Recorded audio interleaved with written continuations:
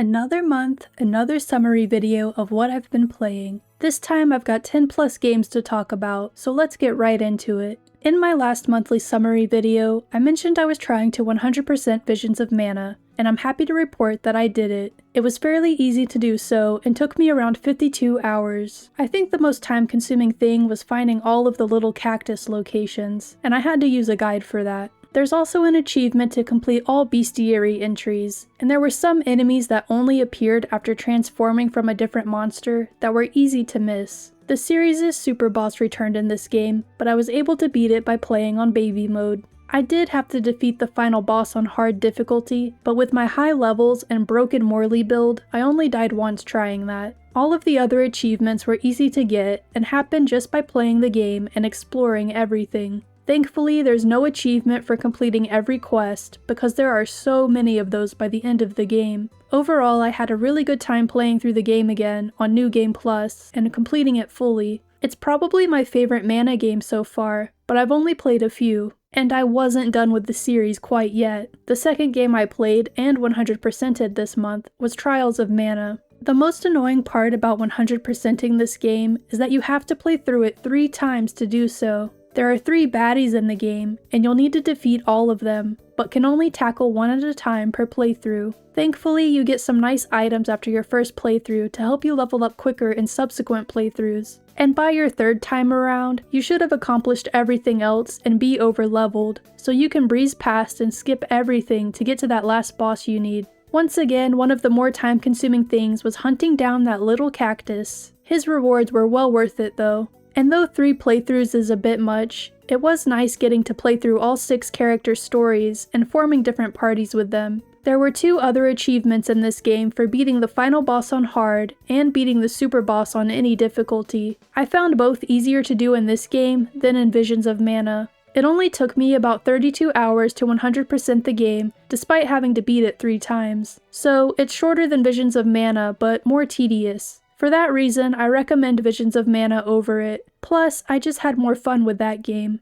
Moving on to a visual novel I played, Spirit Talk is a cozy game about a witch who has reopened her family's spiritual agency to help spirits and clients find peace so that they can finally move on. It was a short one, coming in under 2 hours of playtime, but that felt perfect for this kind of game. I enjoyed the character stories, especially the one that played out almost like a murder mystery. The potion making was simple, and the puzzle part of it was easy to figure out. It's a super easy game to 100%, just play the game normally and you'll get there. Speaking of, I've been a 100% demon this month. I don't usually try to go for completion, but I got bit by the bug, I guess. Anyway, Spirit Talk is a super cute and cozy game that's perfect for completing in an evening alongside a warm beverage. I'll have a link to my full review in the description below. This next game is one of my favorite JRPGs of all time, and I couldn't resist playing through it again with the hopes of, you guessed it, 100%ing it. I've already done so on the PS4 version years ago, but I haven't done it on PC yet, and that didn't include the DLC.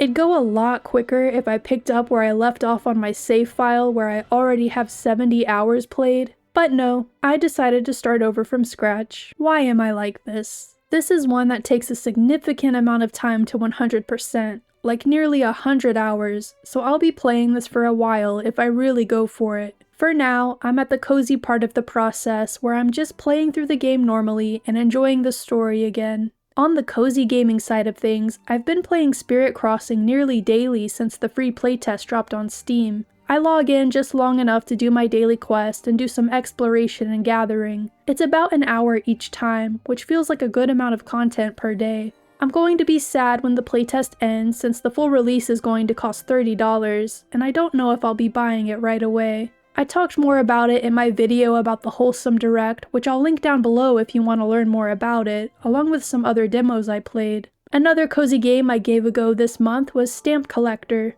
If you haven't seen my full review of it, I'll have a link to that as well, but spoiler alert, I didn't like it. I really wanted to, and I enjoyed cutting out stamps when it worked properly, but the repetitiveness of running the shop and the stamp cutters being too big for a lot of the sheets really ruined the game for me. And it really needs some goals or some kind of progression system in place. I almost wish someone else would copy the game idea but make it way better. I need more stationary games. Another cozy game I played that I didn't really enjoy was Koei A Timeless Delight. This is the not-so-delightful game that Tom Nooked me and put me 25k coins into debt. I really wanted to like it because the artwork and premise are so cute, but it was terribly grindy, and not in a cozy way. Moving around was also janky, which meant even more precious time was wasted. The developers have said they're taking player feedback into consideration because I'm not the only one who's left a negative review, so I'm really hoping future updates will save the game. I'm definitely willing to give it a second chance if my gripes with it are fixed. I'll link to the full review if you want all the details. I got really into Sword Art Online games this month. I'm so ready for Echoes of Aincrad that I'm completely obsessed with SAO right now. I'm rewatching the anime too, since it's been years since I first watched it, and man, the first few episodes are so good.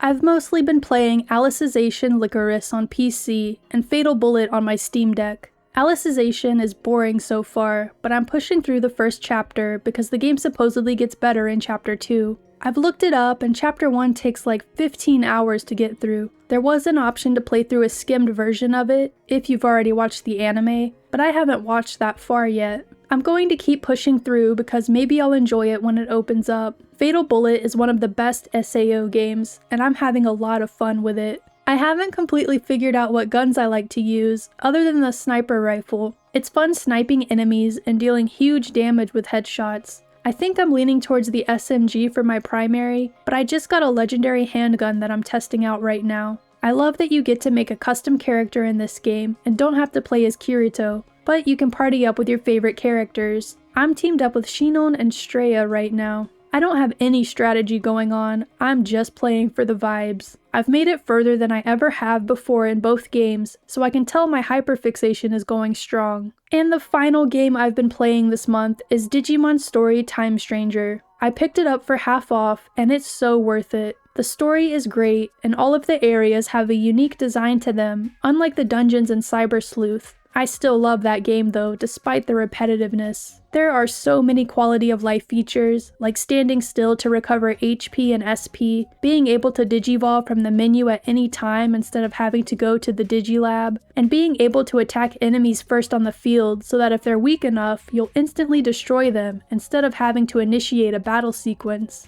It's so fun seeing the new evolutions, and I love my party. I also like that you frequently get guest partners throughout the game, and they're usually pretty powerful. I like the time travel theme, and I can't wait to see how the story plays out. I'm doing all the side quests as I go along, and there's a nice variety to them. There's also some follow-up quests, which I enjoy a lot. It's always nice to see some continuity. I'm taking a break from all the other games I've been playing to see this one all the way through. Hopefully I'll be able to beat it before Echoes of Aincrad comes out. So those were the games I played in June. Let me know down below what you guys have been playing. July is going to be an exciting month of game releases, and I'm so ready for it. If you like the video, press the like. If you want to see more of me, subscribe. I cover cozy games, RPGs, and visual novels. Bye guys!